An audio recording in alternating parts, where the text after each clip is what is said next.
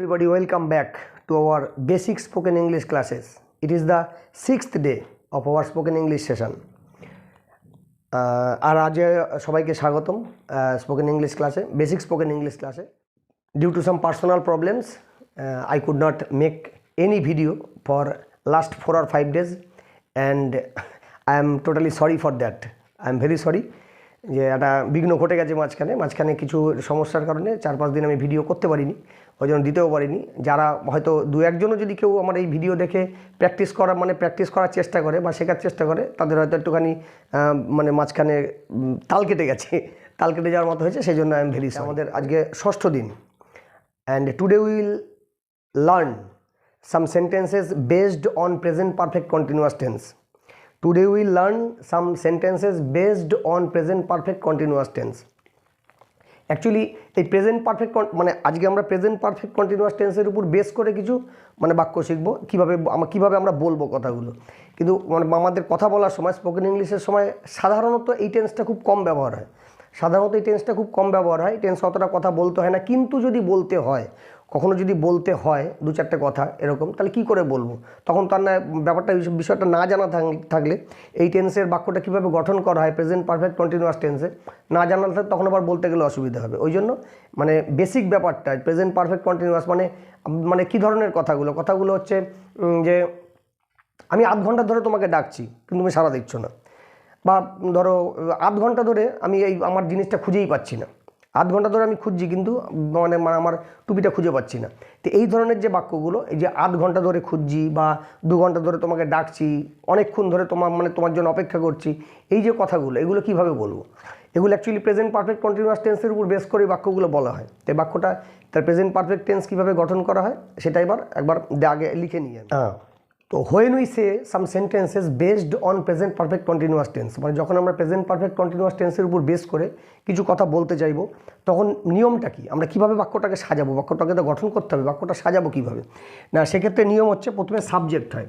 Present perfect continuous টেন্সে প্রথমে subject হয়, তারপর কি হয়? তারপর হ্যাভ বিন অথবা হ্যাজ বিন। এই হ্যাভ বিন অথবা হ্যাজ বিন বসানোর পদ্ধতি কীরকম? হ্যাভ বিন অথবা হ্যাজ বিন বসানোর পদ্ধতি ঠিক হ্যাভ আর হ্যাজের মতোই। আর যে কোনো সিঙ্গুলারের সাথে আই আর যে কোনো প্লুরালের সাথে হয় হ্যাভ, আর আই বাদে যে কোনো সিঙ্গুলারের সাথে হয় হ্যাজ। আগের দিন যেমন বলেছিলাম, প্রেজেন্ট পারফেক্ট টেন্সে যেমন বলেছিলাম, ঠিক তেমনি, ঠিক একই। হ্যাভ বিন আর হ্যাজ বিনের পদ্ধতি হচ্ছে হ্যাভ আর হ্যাজের মতোই, যে ব্যক্তির পাশে যেমনটা বসা উচিত। তাই হ্যাভ বিন বা হ্যাজ বিন, তারপর হচ্ছে ভার্বের সাথে আইএনজি, তারপর হয় ভার্বের সাথে আইএনজি। নামটার মধ্যেই দেখো প্রেজেন্ট পারফেক্ট কন্টিনিউয়াস, পারফেক্টের জন্য হ্যাভ আর হ্যাজ দেওয়া আছে, সাথে বিন লাগানো আছে। আর কন্টিনিউয়াসে কী হয়? ভার্বের সাথে আইএনজি লাগানো হয় যে কোনো কন্টিনিউয়াস টেন্সে, সেই জন্য ভার্বের সাথে আইএনজিও দেওয়া আছে। অর্থাৎ যেহেতু perfect continuous, present perfect continuous, সেহেতু প্রেজেন্টের পারফেক্ট থেকেও কিছুটা নেওয়া হয়েছে, আবার কন্টিনিউয়াস থেকেও কিছুটা নেওয়া হয়েছে। ওই জন্য হ্যাভ বিন অথবা হ্যাজ বিন, তারপর ভার্বের সাথে আইএনজি, তারপর হয় অবজেক্ট, তারপর বাক্যের অবজেক্ট, তারপর সিন্স অথবা ফর দিয়ে টাইম। সিন্স অথবা ফর দিয়ে টাইমটা বলা হয়, যে আমরা 2 ঘন্টা যাবত, আধ ঘন্টা যাবত, 1 ঘন্টা যাবত, 10 বছর যাবত, 20 বছর যাবত, যাই বলি না কেন। তো এই যে বা কোনো সময় থেকে যদি বলা হয়, এই সময় থেকে সকাল 10টা থেকে সন্ধে বিকেল 6টা থেকে, যখন এই সময়গুলো বলা হয় তখন সিন্স অথবা ফর দিয়ে টাইমটা লাগানো হয়। এবার একটা বিষয় হচ্ছে সিন্স কোথায় বসবে আর ফর কোথায় বসে।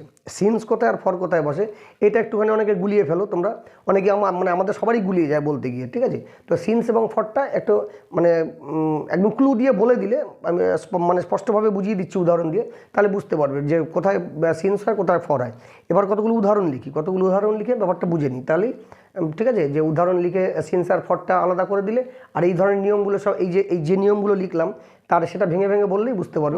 দুটো উদাহরণ লিখলাম, প্রথমে দুটো উদাহরণ কি লিখলাম না, আমি 1 ঘন্টা যাবত তোমার জন্য অপেক্ষা করছি, আর একটা হচ্ছে ছেলেটা অনেকক্ষণ যাবত তার মাকে খুঁজছে। এই যে এই ধরনের কথাগুলো আমাদের বলতে হতেই পারে।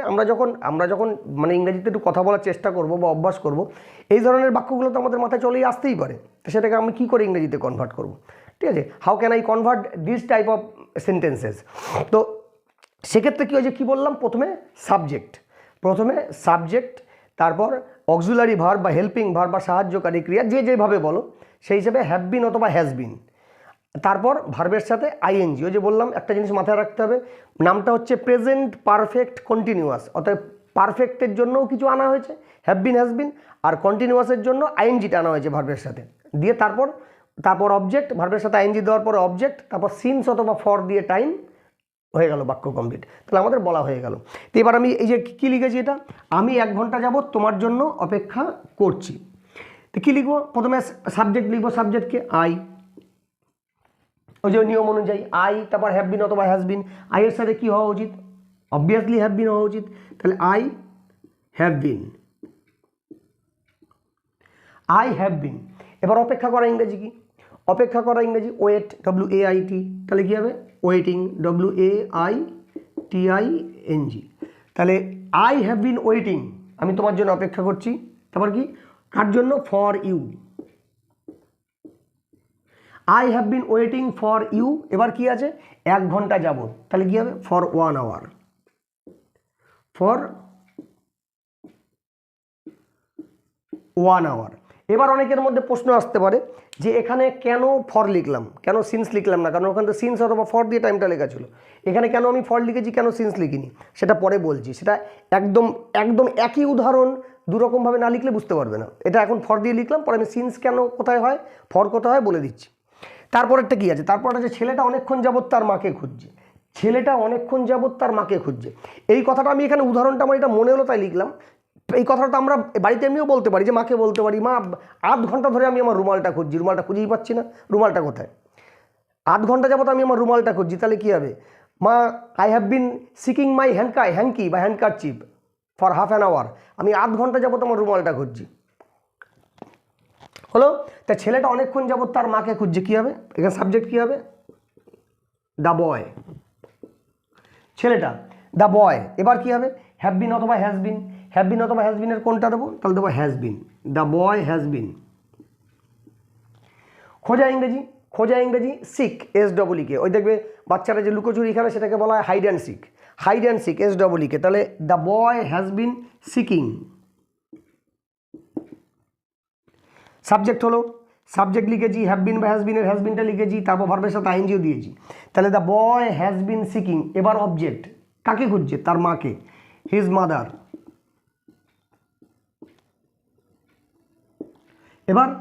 এবার কি লিখবো, সিন্স অথবা ফর দিয়ে টাইম। তাহলে কী হবে, এবার কি আছে, এখানে টাইমটা ওরমভাবে বলা নেই, এখানে হচ্ছে অনেকক্ষণ যাবত, তাহলে for a long time, for a long time. কারণ এখানে ঘন্টা, মিনিট, মানে বছর, মাস কিছু বলেনি। তাহলে কী হবে, ফর এ লং টাইম। এটা হলো। এইবার মানে এই ধরনের কথা আমরা যা বলবো, আমি অনেকক্ষণ ধরে তোমাকে ডাকছি, I am calling you for a long time, কিন্তু তুমি উত্তর দিচ্ছ না, but you are not responding. I have been calling you for a long time but you are not responding, কিন্তু তুমি কোনো সাড়া দিচ্ছ না। আমি তোমাকে অনেকক্ষণ যাবত ধরে ডাকছি, আমি অনেকক্ষণ যাবত এই বইটা, আমার ইতিহাস বইটা খুঁজছি। I have been seeking my history book for a long time, I have been seeking my history book for 1 hour. আমি 1 ঘন্টা যাবত আমি আমার ইতিহাস বইটা খুঁজছি। এ ধরনের কথাগুলো আমাদের বলতে হতেই পারে, যদি বলতে হয় তখন কিভাবে বলবো। এবার একটা বিষয় হচ্ছে কোথায় সিন্স দেবো আর কোথায় ফর দেবো, কোথায় সিন্স আর কোথায় ফর দেবো সেটা একবার দেখে নেবো যে কোথায় সিন্স আর কোথায় ফর দেবো। প্রেজেন্ট পারফেক্ট কন্টিনিউয়াসের উপর বেস করে আমরা যখন কোনো কথা বলবো, কোনো সেন্টেন্স বলবো, বাক্য বলবো, তো সেখানে আমরা সিন্স অথবা ফরের ব্যবহারটা ঠিকঠাক কীভাবে করব। মানে উল্টোপাল্টা হলে কি, উল্টোপাল্টা হলে সে ব্যাপারটা বোকা হয়ে যাবে, সিন্স আর ফরটা যদি আমরা গুলিয়ে ফেলি। তো এইবার দেখে নেবো যে সিন্স কোথায় বসবে, ফর কোথায় বসবে। এই উদাহরণটা দেখে নিলে আর আশা করি ভুল হওয়ার কথা নয়। দেখো ব্যাপারটা হচ্ছে সিন্স আর ফর হচ্ছে যখন সময়ের একটা অধ্যায় বলা হয়। আমি এর আগেও বিভিন্ন ভিডিওতে কথাগুলো বলেছি, যখন প্রেজেন্ট পারফেক্ট কন্টিনিউয়াস টেন্স করেছিলাম, একদম বেসিক লেভেলতে যখন করতে এসেছি, যখন প্রেজেন্ট পারফেক্ট কন্টিনিউয়াস টেন্সের ভিডিও করেছি তখন বলেছি। কিছুদিন আগেও মনে হয় একটা শর্ট ভিডিও বা কিছু করেছিলাম এরকম, যে সিন্স আর ফরের মধ্যে কী ডিফারেন্সটা আছে, কোথায় কীরকমটা বসে।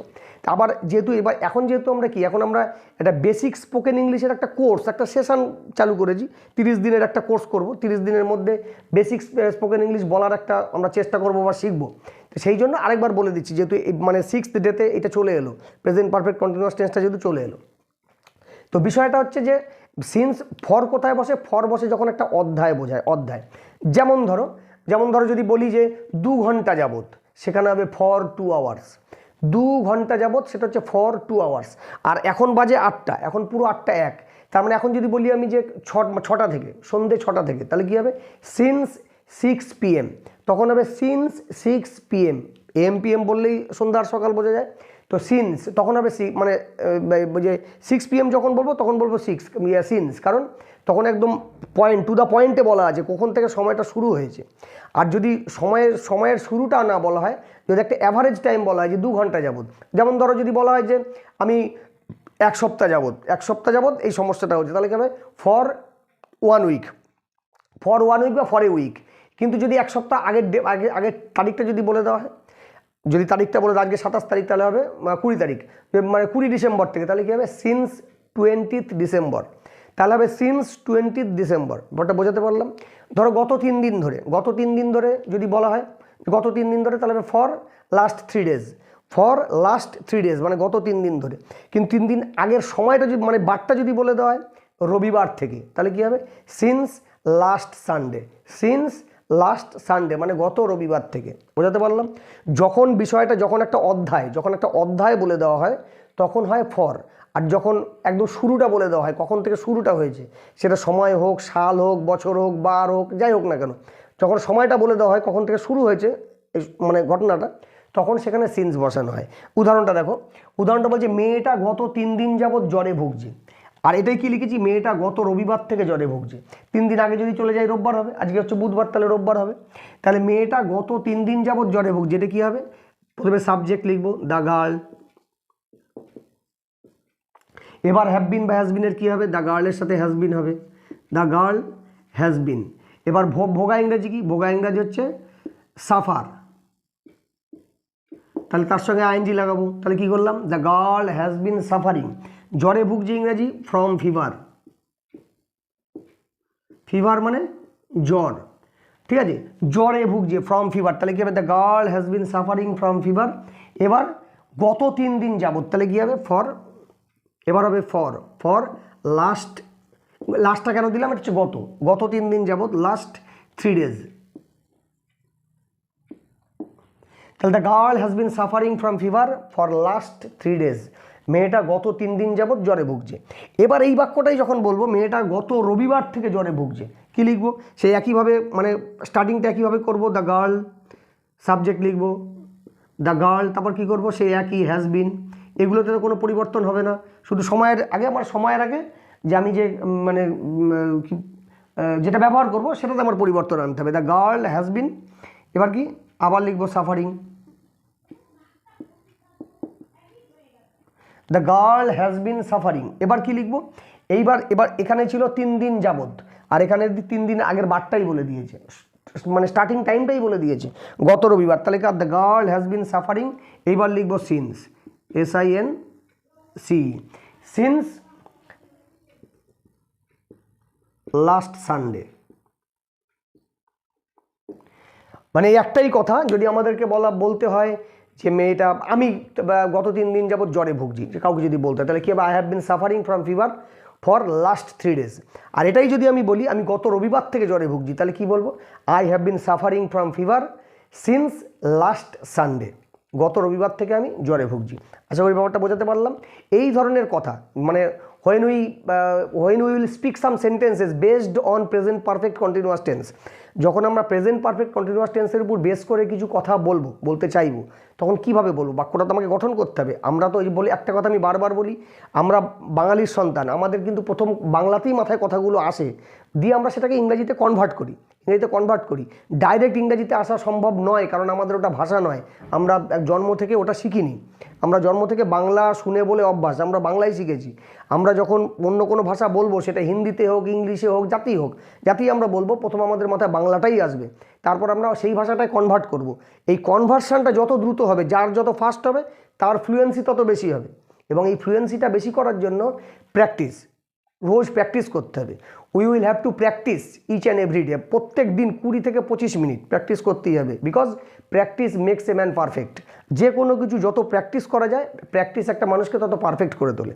ব্যাপারটা বোঝাতে পারলাম? তাহলে এইগুলো প্র্যাকটিস করতে হবে। এই ধরনের বাক্য নিজেরা মনে মনে কিছু বাক্য গঠন করে নিয়ে, দরকার হয় খাতায় লিখে নিয়ে সেটাকে আবার মানে ইংলিশে ট্রান্সলেট করে কনভার্ট করে বলতে হবে, বা নিজে বাংলায় ভাবতে হবে, সেটা বলতে হবে, সেটা প্র্যাকটিস করতে হবে। না প্র্যাকটিস করলে কিছুই হবে না।